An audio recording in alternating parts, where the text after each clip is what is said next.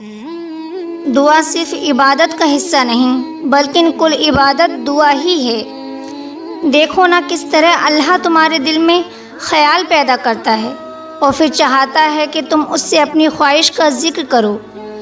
پھر تم عاجزی سے رب کی رحمت کو پکارتے ہو تو وہ الرحمن تمہاری دعاؤں میں کن فرما ہی دیتا ہے۔ یہ پریشانی تو بس کچھ پل کی ہے، یہ بے بسی تو بس لمحہ بھر کی ہے۔ اگر لگتا ہے ایسے جیسے ہاتھ میں کچھ نہیں تو جان لو سب اللہ کے ہاتھ میں ہے، وہ چاہے تو ابھی کن ہو جائے۔ تم اپنے رب پر اندھا یقین رکھو، وہ تمہارا یقین نہیں توڑے گا، تمہاری دعائیں قبول ہوں گی، تمہیں سکون دے دیا جائے گا، تمہارے آنسو چن لیے جائیں گے۔ بس اس پر یقین رکھو، جو سوچا ہے وہ تمہیں نواز دیا جائے گا۔ معجزے ہوتے ہیں، دعائیں سن لی جاتی ہیں، زخم بھر دیے جاتے ہیں، دل جوڑ دیے جاتے ہیں۔ بس ساری بات صرف ایمان، توکل اور صبر کی ہے۔ اللہ پر توکل رکھو، یہ مشکل سفر ہی تمہارے لیے کن فیکون کی منزل طے کرے گا۔